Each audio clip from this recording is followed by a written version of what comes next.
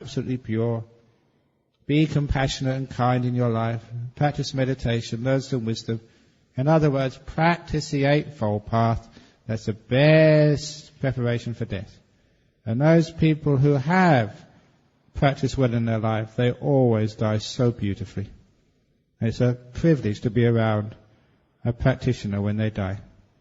So inspired. They can be in great pain, physical pain, and they don't complain at all. They're so peaceful, so kind. And even at their death, they're thinking of others, never themselves. And it's beautiful to behold someone who knows how to meditate, how to be at peace, how to be compassionate. But of course, they've got no fear.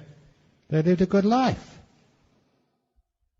When you go on holiday, suppose you had a first-class, 5-star holiday overseas. Your dream vacation. I don't know where it would be. Imagine your dream vacation and you won some prize, the best meditator at Chandako Lodge retreat in 2004 December gets a special prize and you've won it. You can go over all expensive paid, luxurious holiday to your dream destination. Would you be afraid to go? In the morning when you wake up, the day you're going to go, you think, oh, I don't want to go. So you'd be so excited, I'm going. Oh, isn't it wonderful? That's what happens when you made lots of good karma. You're going to your dream destination, a nice heaven realm. All beauty and wonderful. If you get reborn as a human being, you get an even better life than you have now. Or who knows, it may be Nibbana. Oh, why are you afraid? Bring it on. You can't wait to go. So this is someone who's done lots of good karma. They get dead, come on, quick, I can't wait. Next question, that's how to prepare for death. Some of us came late and reported only late afternoon yesterday. Could you kindly, in brief, let us have your instruction on sitting and walking meditation? Thank you. I think I've just given that earlier, so I'll pass off that question.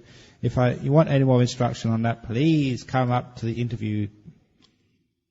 Ajahn Brahm, when the nimitta grows brighter, I couldn't concentrate on my breathing and my heart starts to beat very fast. What is the reason? When is the right time to let go of breathing and concentrate on the nimitta? You don't decide. You let go and let the nimitta decide, or let the mind decide. For those of you who have a trouble with this, not so sure whether you should stay with the breathing or stay with the nimitta, sometimes you go to the nimitta and it's not ready yet, so it all falls apart. Sometimes you stay with the breath and it doesn't need to be with the breath, it needs to go to the nimitta. So what should you do? A very good way of dealing with this is to go back to that simile of the bird and the archers. It's why I tell these similes again and again, because they're very accurate and you can use those similes in many, many different cases to answer problems. It's as if the archer is focusing, the tree's disappeared, most of the bird has disappeared, you see its head and you've got the eye in the middle, and sometimes you focus in on the eye, but it's too soon. It's like the eye is in the middle, but you can still see the head of the bird on the outside. And sometimes you can't really go into the eye, so the mind comes back out onto the head of the bird. Sometimes it might go focus in a little bit more, but then come out again. But it doesn't matter. Your job is to keep the eye of the bird in the center of your attention, in the center of the screen, which is your attention. Keep the breath on the outside as the nimitta is in the middle. Keep the eye of the bird inside as the head is on the outside. What we mean there is that stage you can see both the nimitta and the breath, but keep the nimitta in the middle of the breath, as if the nimitta is in the middle and the breath is surrounding it. And then what happens is, if the mind is focused enough, if it's still enough, the nimitta will actually take up all of the vision and push the breath out over the edges out of your consciousness. If it's not the right time, so the breath, as it were, would close in and squeeze the nimitta out, and you just have the breath. This is actually how we can practice. And this is similar if you're watching the breath and there's distractions such as sounds outside or feelings and pain in the body. Make sure if you're doing, say, the breath meditation, you can still hear sounds or feel things in the body. Keep the breath in the center. And the feelings and the body or the sounds are on the outside, on the edge somewhere. And then you'll find as long as you keep the breath in the center and those other distractions are on the edge, it's only a matter of time when those feelings or sounds completely disappear and fall off the edge of your screen.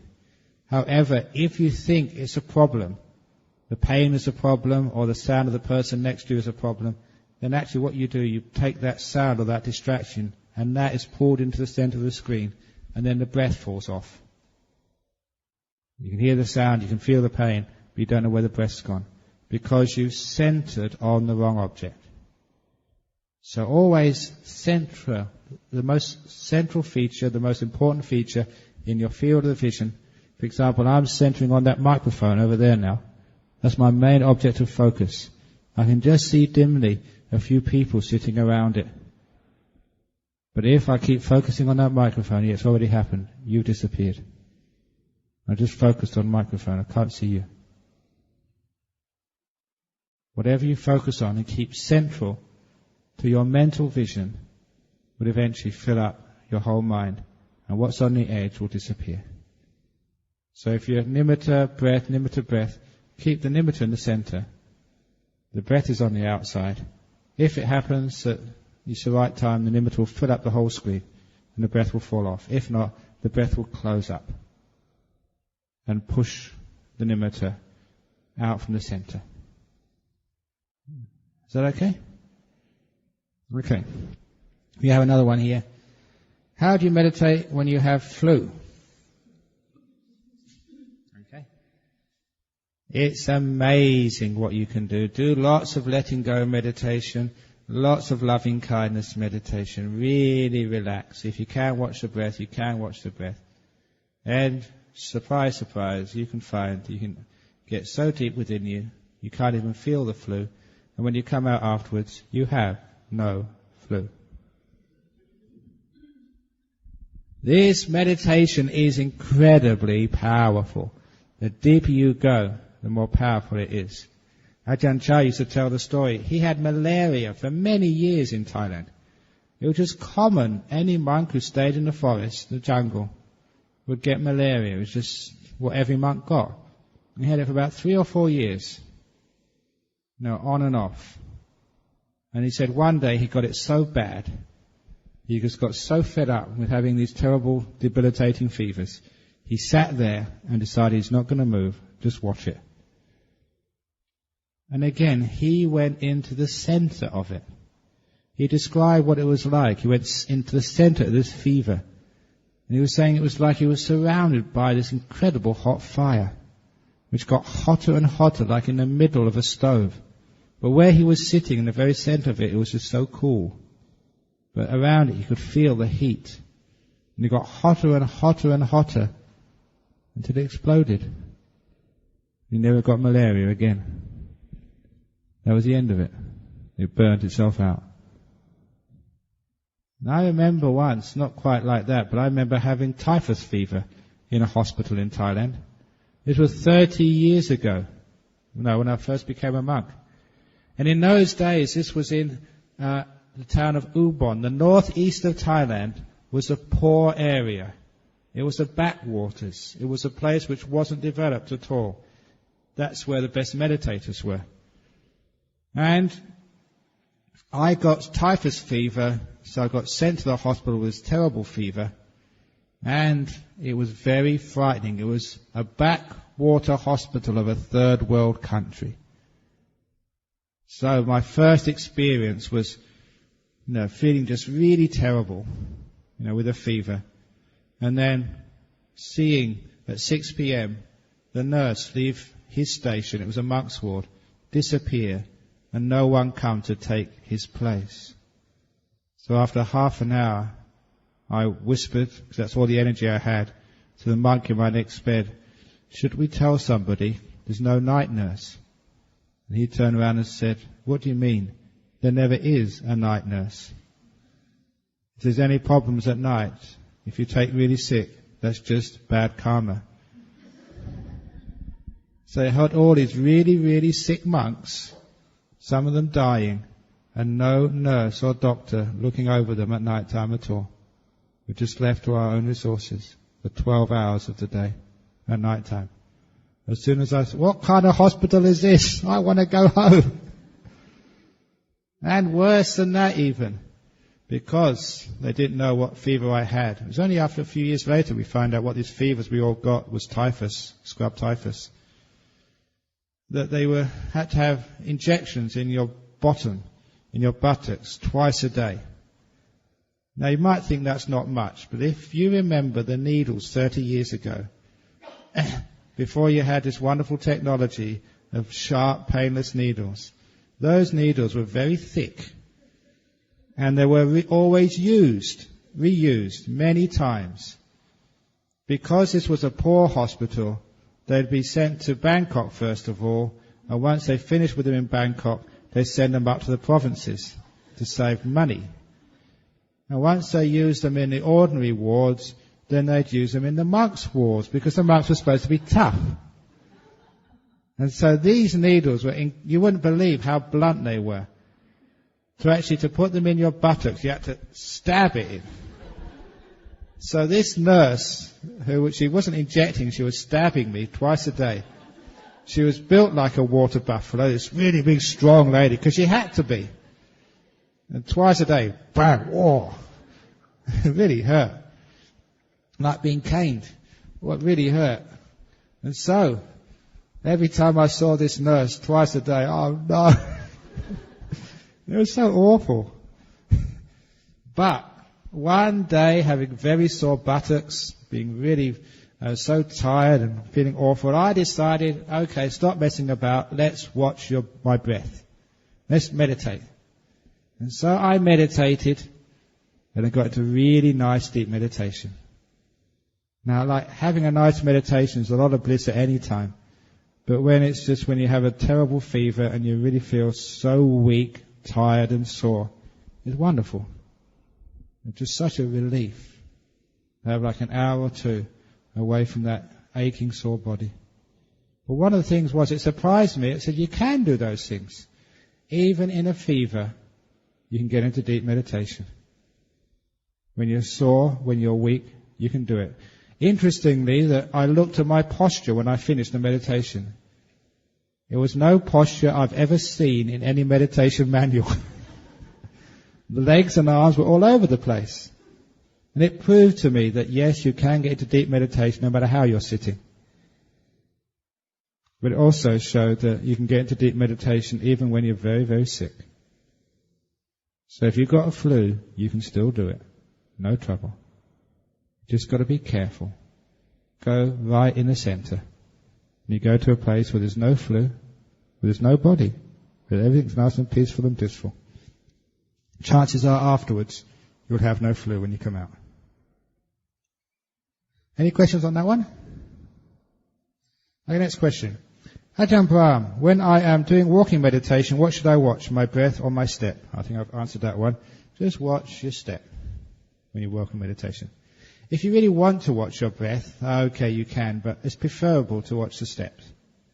I never actually mentioned the person who got lots of, the heart started pounding when they started getting nimittas.